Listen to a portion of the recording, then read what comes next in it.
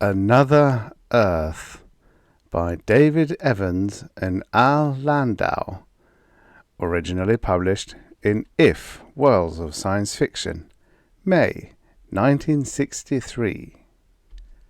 Narrated by Tom Trussel. 1.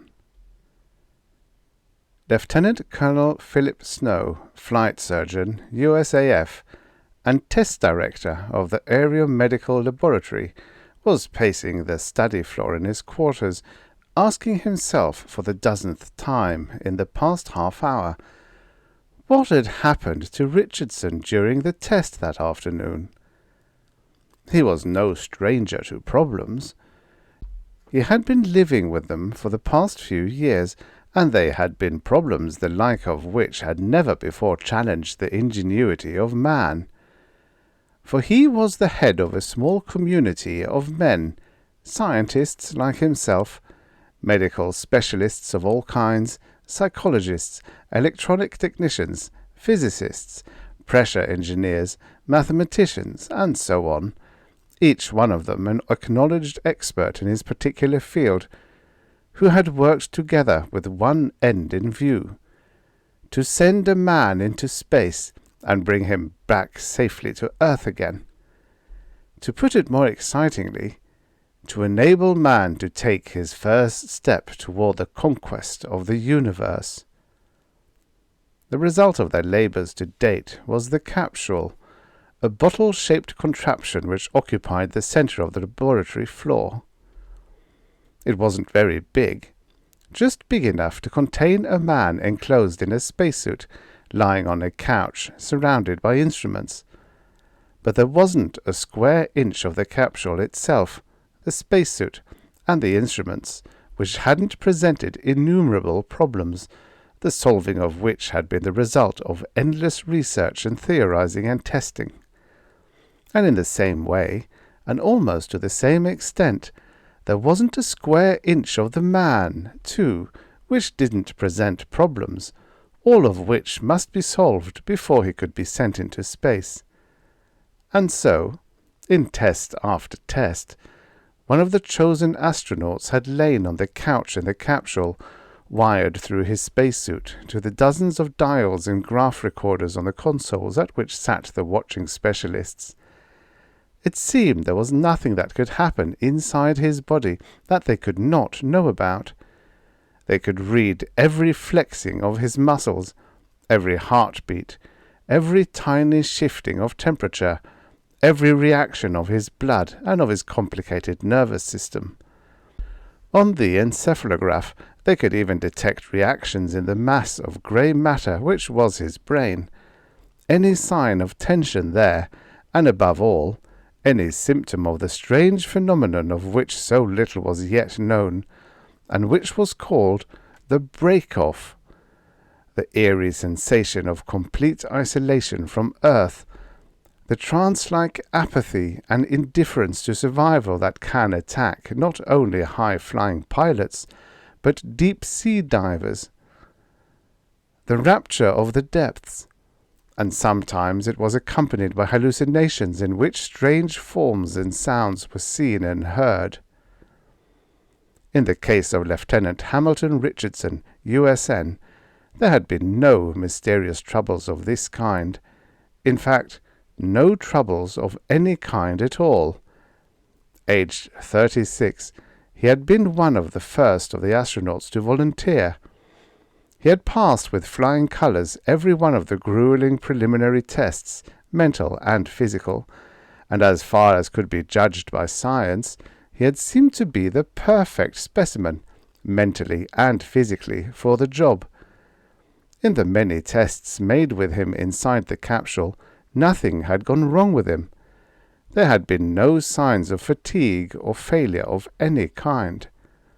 Had Snow been asked who, in his opinion, would be the first man, or, at any rate, the first American, to go into deep space, he would unhesitatingly have nominated Richardson. That is to say, until that afternoon when the thing had happened. It had been a long test. one made for the first time. The object of it was to find out how the spacesuit, which was sealed off from the rest of the capsule, would stand up if something happened to the capsule itself. If, for instance, in its headlong flight through space, something struck it. Something, maybe no bigger than a small pebble.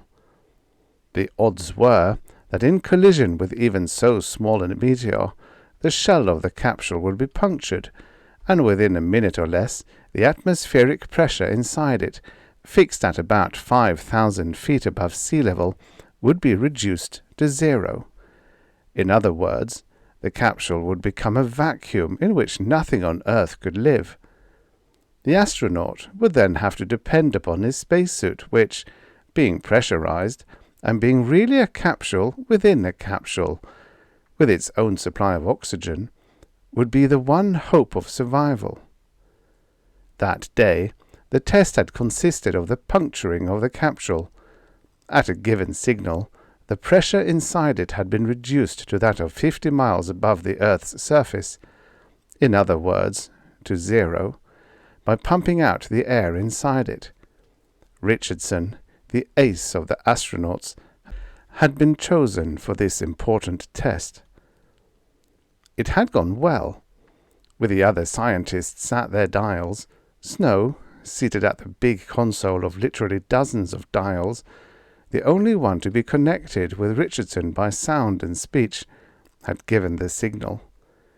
In a minute, the capsule had become a vacuum 50 miles above the surface of the Earth, outside its envelope of atmosphere. Richardson's voice, reading his instruments, acknowledging Snow's instructions, answering his questions, had come through as normal and as calm as ever. Snow had felt a rising excitement as the test proceeded. And then, without warning, the thing had happened. Richardson's voice had stopped in the middle of an instrument reading, as if it had suddenly been cut off. A few seconds later, it had resumed, but when it did so, the voice was uttering a stream of unintelligible sounds in a low, lilting chant. Snow had listened incredulously for perhaps 30 seconds, at the end of which the sounds had suddenly ceased. Immediately, Snow had given instructions for the normal pressure inside the capsule to be restored. Almost as he had done so, Richardson's voice, once again normal, had resumed the reading of the instruments, taking up from where it had left off a minute before. Acting on a sudden impulse, Snow had decided to say nothing over the wire to Richardson at the time. He had continued his conversation with the astronaut, telling him they were bringing him down, and asking the usual questions until the test ended. When, with the others, he had stood around watching while Richardson was helped out of his spacesuit, he had carefully watched their faces, looking for some sign of doubt or puzzlement. But he saw none. On the contrary, they all seemed triumphantly satisfied. Even Richardson had shown no sign that anything unusual had occurred. He had been his usual cheerful self, seeming not even slightly fatigued by the long test. Being the only one who had been in contact with Richardson, Snow had suddenly found himself wondering if he really had heard those sounds, if, maybe, he had been the victim of a hallucination. This was why he had said nothing about it at the time. He had just asked, as casually as he could, if any of them had anything they wanted to bring up immediately. They had shaken their heads, beaming their satisfaction, and he had dismissed them all, saying that in view of the length of the test they might call it a day, and postponing the usual interrogation until the morrow. Then he had hurried back to his quarters, bringing with him the recording machine on which, as was the practice, his conversation with Richardson during the test had been recorded. Controlling his impatience with difficulty, he had rewound the tape on the machine and played it back, the tension rising within him as he listened. There had been no hallucination. He heard Richardson's voice reading the instrument, the sudden cut-off in the middle of it, the short silence, then the voice uttering the strange sounds in a low-pitched chant with a gentle rise and fall to it. 3 times he had played it back, and now it seemed to him that these were not just disconnected sounds. They appeared to have a cadence, a phrasing which indicated that they belonged to a language of some sort. Snow was no linguist. He had less than a fair conversational knowledge of French and German, and a scholar's acquaintance with Latin, but he had travelled very extensively in his time, and had been accustomed to hear many languages spoken. He was quite sure he had never heard anything even remotely resembling these sounds. Certainly Richardson was no linguist either.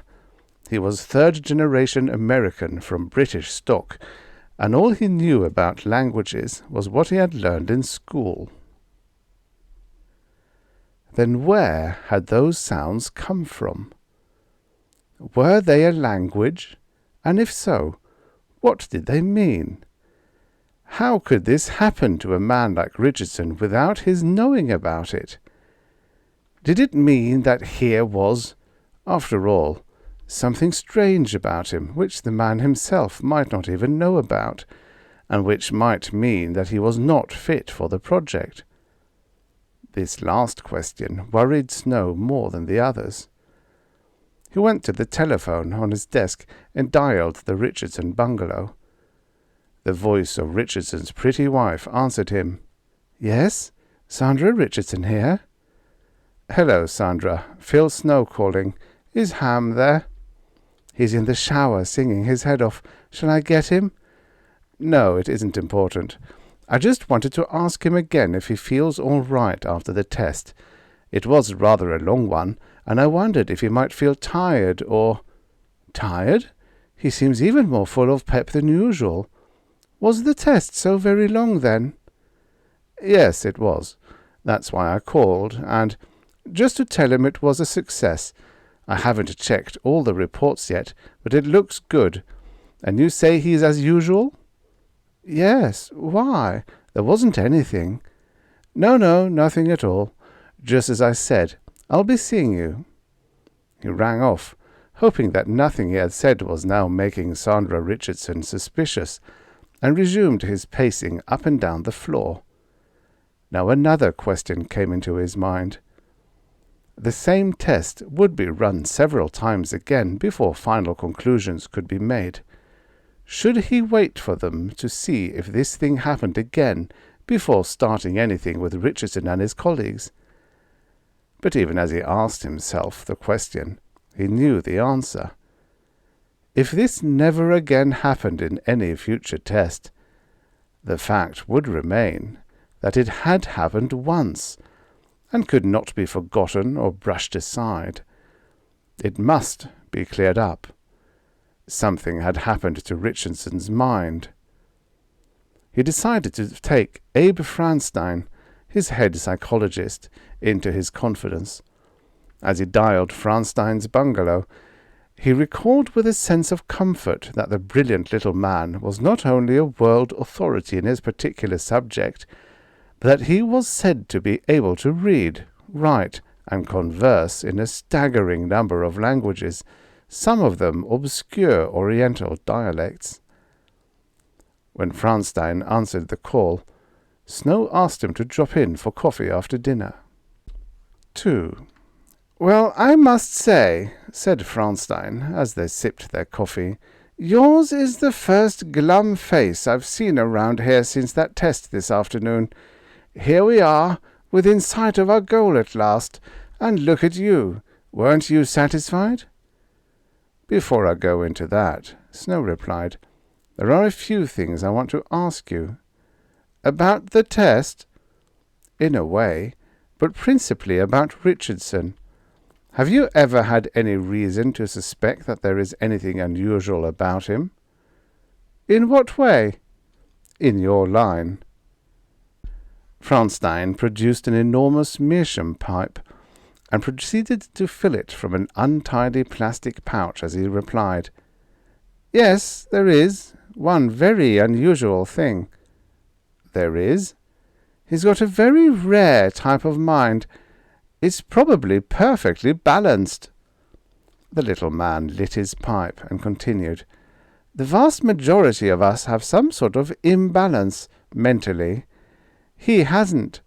When I say imbalance, I mean the sort of thing that makes for genius, a phenomenal memory, an outstanding, effortless talent, amnesia, any form of insanity, or even something like a violent temper. Anything, so to speak, overemphasized." "Is it physical? I mean, does it have anything to do with the size or weight of the brain, or anything like that?" "You can take the brain of a genius and that of an ordinary person of average intelligence, and find them exactly the same in measurements and tissue condition. The popular conception of the genius as a man with a bulging forehead is so much nonsense. Plenty of lunatics and retarded individuals have bulging foreheads." "Then what does it have to do with?" "Ah, that's the big question. Nobody knows.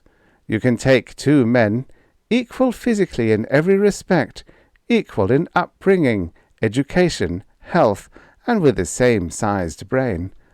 One of them might turn out to be a genius, the other an average individual, and nobody knows what makes the difference. Nobody knows what makes an infant prodigy, or what it is which enables a child of 2 to read easily, or a kid of 5 or 6 to play some instrument as if he'd been at it for years, or compose symphonies, or master advanced mathematics. Same answer. Nobody knows. It's got nothing to do with heredity. So few geniuses have had genius offspring that they form exceptions to the rule. Again, why does an infant prodigy sometimes lose his gift or talent entirely as he grows older? We don't know. All we know is that the gift or talent is there, but where it comes from, or why it is in one brain and not in another, we don't know. But surely you don't have to have me to tell you all this, Phil. What's on your mind?" "Listen to this," Snow said, and went to the tape recorder. He rewound the tape to its beginning, depressed the switch marked play, and presently they heard the two voices, Snow's and Richardson's. "Now," said Snow as the point on the tape approached. There came the sudden stopping of Richardson's voice in the middle of an instrument reading, the short silence, then Richardson's voice chanting the strange sounds. Franstein took his pipe from between his teeth, and his mouth fell open as he listened. The sounds ceased, and Richardson's voice resumed the instrument reading at the point at which it had left off. "That's all," said Snow, and switched off the machine. Franstein put his pipe back into his mouth. "Is this the recording of this afternoon's test?" "Yes. What do you make of it?" "Let's hear it again." Snow played back the recording a second and a third time, and then said, "Well?" Franstein went to the table and helped himself to more coffee before replying.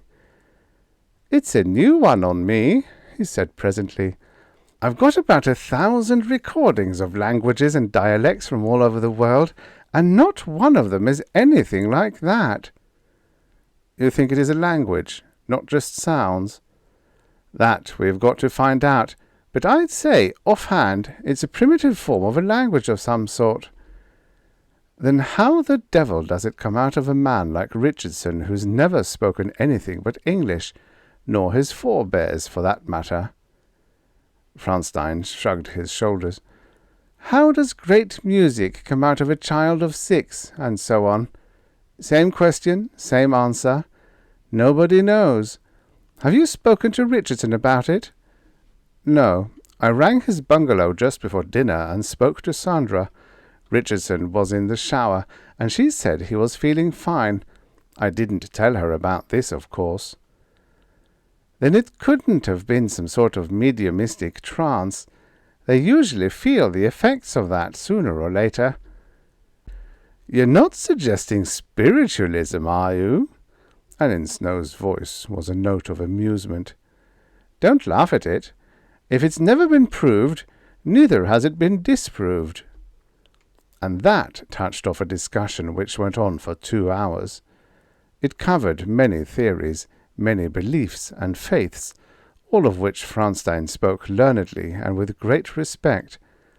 He talked of reincarnation, spiritualism, the mystery of time, and in this last connection he paused in the middle of what he was saying and asked, "If this," and he waved a hand toward the machine, "is a language, and I'm pretty sure it is, how can we be sure that it is a language of the past?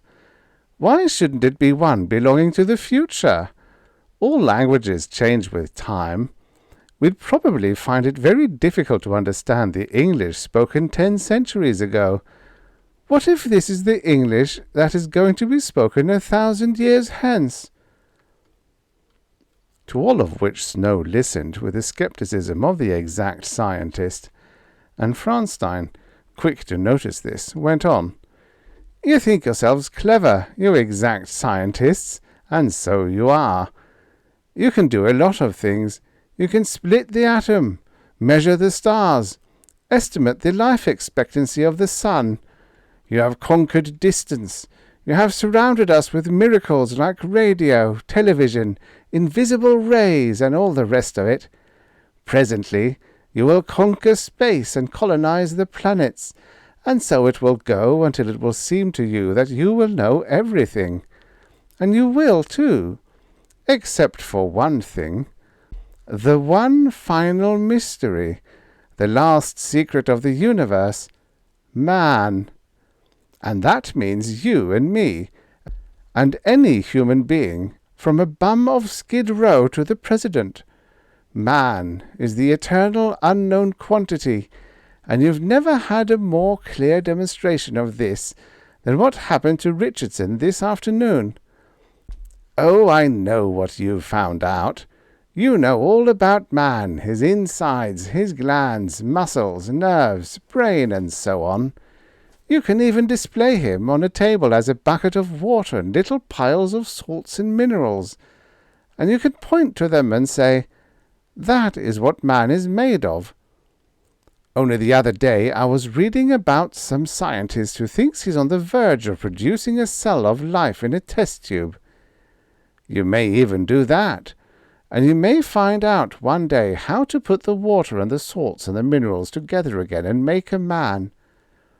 I've always thought that Frankenstein's story was a bit of inspired prophecy, but you still won't be able to explain why great music can come from a child of 6, or what happened to Richardson this afternoon." He lit his big pipe, which had gone out, and through the puffs asked, "And what do you propose to do about Richardson?" "Run the test again tomorrow with him, and see if this happens again, and then decide," replied Snow. "But even if nothing happens tomorrow, you can't ignore this." "That's true. We've got to get to the bottom of it, and that's where you come in. You're the expert on this sort of thing." Franstein looked at his watch. "Let's sleep on it, and see what happens tomorrow, eh?" He was on his way to the door when the telephone bell rang.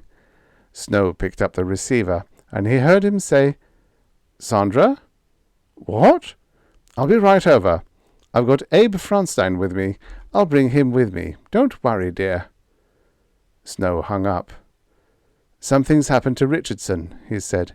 "He's gone into a deep sleep and won't wake, and he's talking to himself in some funny language. Let's go." Snow rummaged in a drawer of his desk and found a stethoscope. 3. 5 minutes later, they were standing with pretty Sandra Richardson at the foot of the bed on which Richardson, clad in his pyjamas, sprawled on his back. He was in a deep sleep, and from his mouth came a low chanting. Franstein and Snow glanced at each other as they recognized the sounds.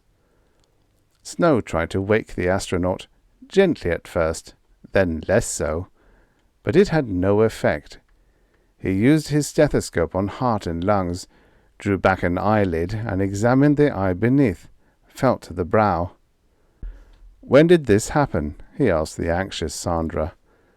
"About 15, maybe 20 minutes ago," she replied.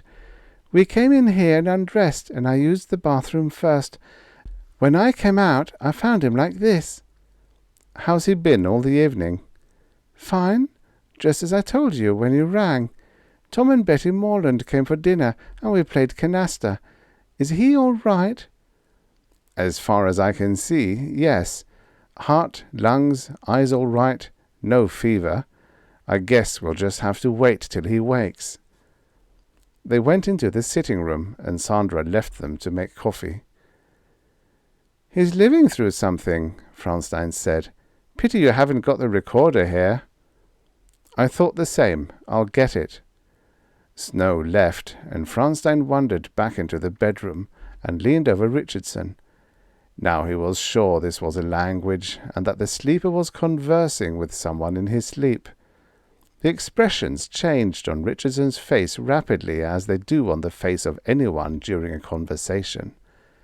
At one moment he laughed as he said something, then became serious as he said something else. Sandra came into the bedroom and joined Franstein at the bedside. "He's never been like this before," she said worriedly. "Doesn't he ever talk in his sleep?" "He never even snores. When we were first married, he slept so quietly that I thought he'd stopped breathing, but I'd only have to touch him or whisper to him, and he'd wake in an instant. What does this mean?" "We'll find out, never fear." They went back into the sitting room as they heard Snow return. He was carrying the recording machine, and seeing the question in Sandra's eyes as she saw it, he said reassuringly, "We're going to make a recording of what Ham's saying. We'll soon find out what this is all about." He busied himself changing the tapes on the machine, taking the new one from his pocket, and fumbled the job in his haste. He had plugged in the microphone and was unwinding the long cord when they heard Richardson's voice call out from the next room, "Sandra?" And a moment later Richardson appeared in the open doorway, staring at them in astonishment. "Abe, Phil, when did you come here?" "About half an hour ago," Snow replied. Richardson passed a hand over his eyes. "I must have fallen asleep," he said. "You did, darling, and I couldn't wake you," Sandra said, "so I called Phil." "You couldn't wake me?" "No, and you were talking away in your sleep. You had me worried." "Why?" Sandra, at a loss, looked at Franstein, and he answered for her. "You were dreaming, Ham," he said. Richardson thought for a moment before replying. "Now that you mention it, I was. But what's so extraordinary about that? Why are you all looking at me as if I'd suddenly grown horns?" "Do you remember what the dream was about?" Franstein asked. "Vaguely. Yes, I do. It was just a dream. Why is it so important?" He sat down in a deep chair and looked around at them. "What is all this?" he said. "I fall asleep for half an hour, have a silly dream, and wake up to find you here looking as if something big has happened." "Something has happened, Ham," said Franstein. "Something we don't understand." Richardson started up in his seat. "Take it easy. There's nothing to worry about. We'll get to the bottom of it." He turned to Snow. "I think I know the way out of this. Play the recording for Ham to hear." Snow hesitated for a moment. "All right, if you think so," he said, and busied himself with the recorder, replacing the used tape on the spool. Sandra perched herself on the arm of her husband's chair and put an arm about his shoulders. They waited while Snow linked up the end of the tape to the other spool.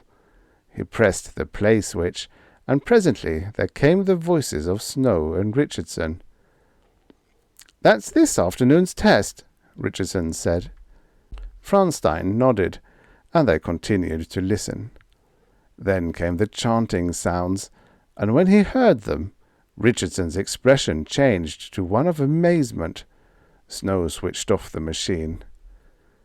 "What was that?" Richardson asked. "We hoped you'd be able to tell us," Franstein replied. "I? What should I know about it?" "That was your voice, Ham. Nobody's touched the tape, and I heard it during the test." "But this is crazy! How could I make a noise like that without knowing anything about it? Why, I remember every second of that test, and I know I didn't do anything like that." He jumped to his feet and began to walk up and down the room, his hands pressed to his head. "I said take it easy, Ham," Franstein said. Richardson pulled up short in his pacing and turned to the little man. "How can I take it easy? I spend 6 hours in the capsule in a difficult test, remember every bit of it, come out of it feeling not even tired, and now you tell me that in the middle of it I had some sort of a blackout and made funny noises. That can only mean that there's something wrong with me, and you don't have to tell me what that means. I don't qualify, after all. Is that what you came here to tell me?" Franstein's voice was as quiet as before. "It doesn't mean anything of the sort. If there'd been a blackout, or if something else had happened to your brain, it would have shown up on the encephalograph, and nothing showed. I didn't know about this until I heard the recording, and we weren't going to say anything about it until we'd run the test a second time. Then Sandra called us to say she couldn't wake you, and that you were talking in your sleep, and we came over to find you in a sleep as deep as a coma, and obviously dreaming." "And what's that got to do with the test?" "You were making the same sort of sounds in your sleep as you did in the test, and I'm sure they add up to a language of some sort." "What? You mean to say that was a language? For Pete's sake, I've never spoken anything but English all my life. I can't." "We know that." Richardson turned to his wife. "Is this true?" he asked her tensely. "Was I making noises like that in my sleep?" She nodded miserably. He threw up his hands. "Okay," he said. "You're 3-1. The ace astronaut turns out to be some sort of nut who talks monkey language in his sleep, and when he's awake too, without knowing it." He went to the deep chair and slumped down into it. "What do we do now? Go into analysis again? Start all over?" He laughed shortly and bitterly, and added, "Or do I resign from the project?" "Listen, Ham," Franstein said. "We're up against something new, something I don't understand, and whatever happens, we've got to try and find out what it is, for your sake as well as for the project's. Let's relax and start with the dream. Tell us what you remember of it." Richardson took time to calm down before he spoke. "It was just a dream," he began presently. "There was a big spaceship and a lot of people standing about." "Where was this?" "Where? I don't know. On Earth, I suppose. Open place, you know, only—" He paused before going on. "Only it wasn't standing up on end like a rocket. It was lying on its side, and we were loading it." "Who were we?" "My father and my 2 brothers. And that shows how silly the dream was, because I haven't got any brothers or father. My father in the dream wasn't anything like my own. He was just an old man, and he told us where to stow the crates." "What was in the crates?" "In the crates?" Richardson looked up. "Let me see now. Oh, yes, they were full of the seeds of plants and eggs and sperm of animal, sort of the beginnings of things." "And where was the ship going to?"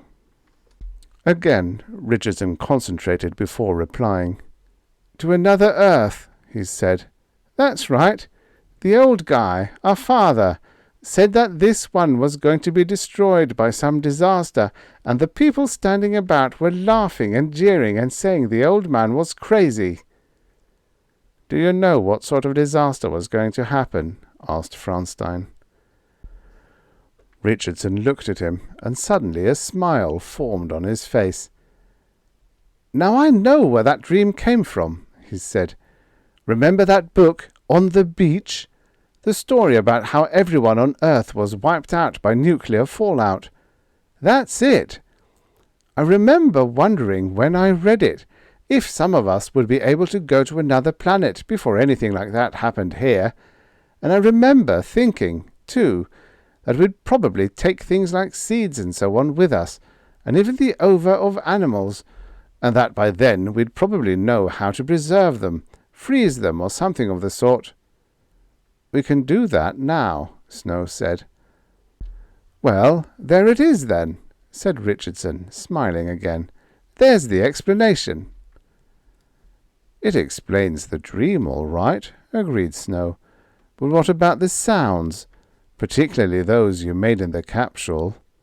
"Lord, yes," said Richardson, and the smile left his face. "I'd forgotten about those. That puts us back to where we came in, doesn't it?" "I'm not so sure," said Franstein. He got to his feet and, in his turn, prowled up and down the room, deep in thought. The others waited for him to go on, and presently he turned to them, a glint of excitement in his eyes. "I think we're onto something," he said. "Those sounds are obviously a part of your dream, Ham, including the ones you made in the capsule, and only you know what they mean." "But I don't even remember making them." "No, but your mind does. If we can unlock your mind, we can find the secret, and there's a way in which it can be done. Hypnosis." "Hypnosis?" The others spoke at once. Franstein nodded. "I've got to put you into hypnotic trance, Ham, and we'll play that recording back to you, and I think, only think, remember, that you're going to be able to tell us what they mean. Any objection, Phil?" "You're the expert. How about you, Ham?" "I'll do anything to clear up this business." He jumped to his feet. "Let's get on with it now. What do I do? Shall I lie down on the sofa?" "I didn't know you're a hypnotist too, Abe," said Snow. "I'm not surprised, though. I might have known." Franstein took no notice of this. He stepped up to Richardson and looked up at him, holding out one hand, which the other wonderingly took. "The big thing is confidence, Ham," he said, looking up earnestly. "Complete confidence. You have that in me?" Richardson looked down on the little man and nodded his head. "Sure," he said. "I've always had that in you, Abe." Franstein continued to hold the other's hand. "That's fine," he said. "All you have to do is to relax and trust in me. Just relax completely. Just let yourself go, eh?" Richardson's head nodded again, and for a moment Franstein, still holding the hand, continued to look up into Richardson's face above him. Then he released the hand and said, "Now you can lie down on the couch if you like." Richardson went to the couch and stretched himself out on it. "I've heard a lot about this," Sandra said, "but I've never seen it done." Franstein smiled at her. "You've just seen it done, my dear," he said, and as she stared back at him in astonishment, added, "He's a very good subject. Now, when that machine is ready—" "If I'm right in what I think," Franstein said a few minutes later to Snow, who stood by the table on which now rested the recorder, and to Sandra, who was at the head of the couch looking down on her husband, who lay there, his eyes half closed, "you're going to hear something very surprising. Please don't make a sound." They nodded their heads, and Franstein seated himself on the edge of the couch, leaned over Richardson, and spoke softly. "You hear me, Ham?" "Yes, I hear you." Then listen." Franstein turned and nodded to Snow. The machine was switched on, and there came, clearly, the chanted sounds of the test. They finished, and the machine was switched off. "You heard, Ham?" "Yes, I heard." "You made those sounds that we just heard." "Yes." "Can you repeat them?" "Yes." "Then do so." And now the strange low chanting sound streamed from Richardson's lips. Sandra put her hands to her mouth to stifle a gasp. Snow stepped to her side, his face tense. The sounds ceased, and Franstein, his eyes alight with excitement, said softly, "Tell us, to whom are you speaking?" "To my sons." "Tell us in English what you are saying to them." There was a silence. Franstein repeated his command, and Richardson spoke again, this time in his normal voice. "And God saw the earth, and behold, it was corrupt, for all flesh had corrupted their way upon the earth. And God said to Noah, I have determined to make an end of all flesh, for the earth is filled with violence through them. Behold, I will destroy them with the earth. Make yourself an ark, and you shall come into the ark, you, your sons, your wife, and your sons' wives with you. And of every living thing of all flesh you shall bring 2 of every sort into the ark, to keep them alive with you. They shall be male and female. Also take with you every sort of food that is eaten, and store it up. And Noah did all that the Lord had commanded him." The voice tapered off into silence, and Sandra, her eyes wide with fear and amazement, whispered, "That's the story of the flood, and he told it as if he were there. What does it mean?" Franstein silenced her with a gesture, and bent over Richardson, whose eyes were closed. "Ham," he said, a note of insistence in his voice, "you hear me? Answer." His eyes half opened. "Yes, I hear you." "Tell me, where did you go in the ark?" "To a place of many waters, and we rested on them until they went down." Now the voice was fading. "Where was it? Tell me, where was it?" The reply came in almost a whisper. "I don't know. It was another earth. Another earth." The eyes closed again. The breathing came deeper, but the lips still moved, and through them, barely heard in the tense silence, came again the low, chanting sounds. Then they too died away to silence. The lips ceased to move, and Richardson slept. The end. Subscribe for your daily stories of futures past. Before all these stories will be lost in time, like tears in rain.